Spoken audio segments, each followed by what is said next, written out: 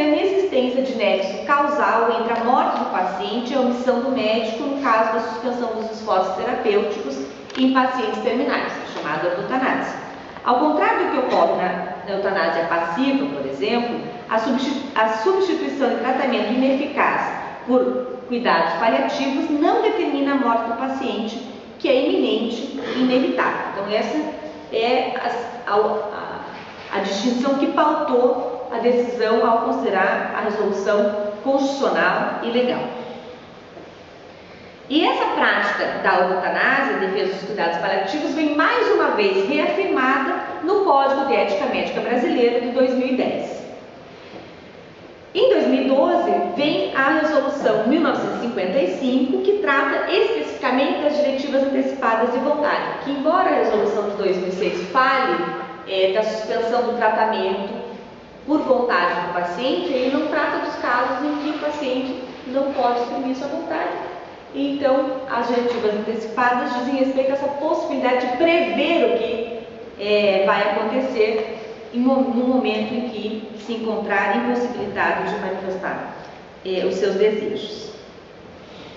E ela associa exatamente a diretiva antecipada de vontade à opção pela suspensão de tratamento e adoção de cuidados paliativos, e que essa decisão cabe ao paciente e a manifestação, e portanto o dever de respeito do médico pela manifestação de vontade prévia do paciente em estado terminal.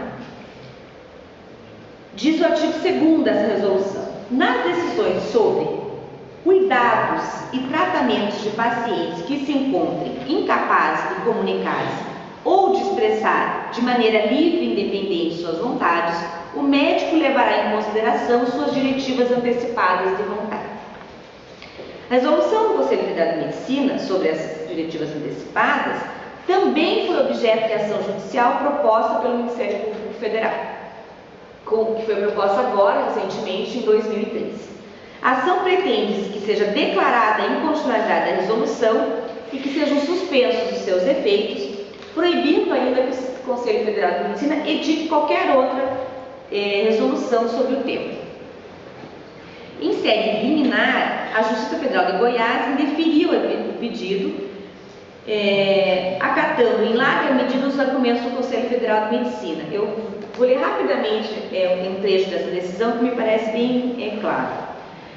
Então, em análise sumária, entendo que o Conselho Federal de Medicina não extrapolou os poderes normativos outorgados pela lei, tendo a Resolução 1995 de 2012 apenas regulamentado a conduta médica, ética perante a situação fática de um paciente externar sua vontade quanto aos cuidados e tratamentos médicos que deseja receber ou não, na hipótese de encontrar em estado terminal e irremediável.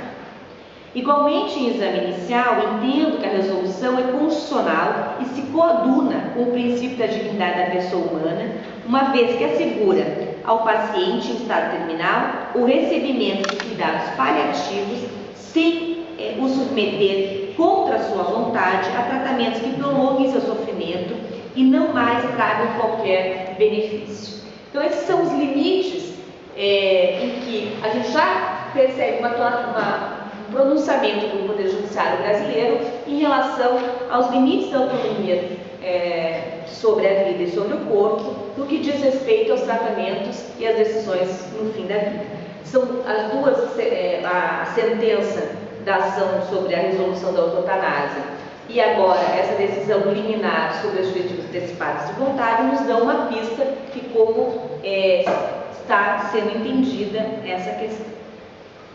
O que a gente pode concluir, por exemplo, por enquanto, é que a regulação das diretivas antecipadas de vontade do paciente em fase terminal não cria direito e nem viola a lei ou a Constituição brasileira. O respeito à vontade anteriormente manifestada pelo paciente decorre, ao contrário, do princípio da autonomia individual e do direito à privacidade. Então, podemos entender aqui pela legitimidade das diretivas antecipadas de vontade. E agora passo, portanto, a analisar quais são os seus requisitos de validade e elementos de eficácia. Não vou me estender sobre algumas questões técnico-teóricas, E então, só estabelecer alguns pressupostos.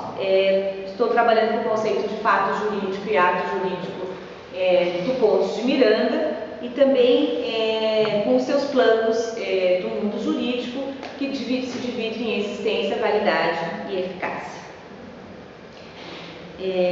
Como as diretivas antecipadas de vontade são manifestação de vontade relativas ao próprio corpo, necessariamente teria que classificá-las como atos jurídicos. E se eu pressuponho a sua legitimidade e licitude, eu caracterizaria essas diretivas antecipadas de vontade ou como atos jurídicos estrito sensu ou como negócios jurídicos. Em razão da sua própria configuração e do fato de que, assim como o consentimento livre e esclarecido, as diretivas antecipadas de vontade se dirigem a autorizar ou não a intervenção no corpo e na esfera da intimidade do sujeito, entendo que há uma exclusão pela sua própria natureza do conceito de negócio jurídico, sendo melhor a sua caracterização como ato jurídico em sentido estrito. Pontes de Miranda, embora não tenha desenvolvido essa matéria, ao tratar do consentimento consentimento do ofendido em relação a atos médicos, diz exatamente que esse consentimento é manifestação de vontade, porém não negocial, posto que possa inserir em manifestação de vontade no negócio jurídico. Tem limites que são os que derivam da indisponibilidade do direito ofendido ou da sua intransferibilidade ou de proibição legal ou ética. Então, o consentimento esclarecido é definido como requisito de licitude da intervenção médica ou científica no corpo humano e está excluída a sua natureza negocial. Ainda que, no caso das diretivas antecipadas de vontade, como expressão de autonomia em relação às situações futuras, a gente possa verificar uma maior complexidade nessa definição, me parece que a partir da construção teórica do Pontes Miranda, não há que se falar em negócio jurídico à medida em que eu não posso modular quais são os efeitos dessa manifestação de vontade. Ela tem sempre como efeito tornar legítima ou ilegítima a interferência no fundo. O que nos interessa aqui é que as diretivas antecipadas de vontade elas ingressam no mundo jurídico pela manifestação consciente da vontade quanto aos tratamentos que a pessoa deseja ou não deseja receber no futuro. Portanto, esses são os seus elementos centrais de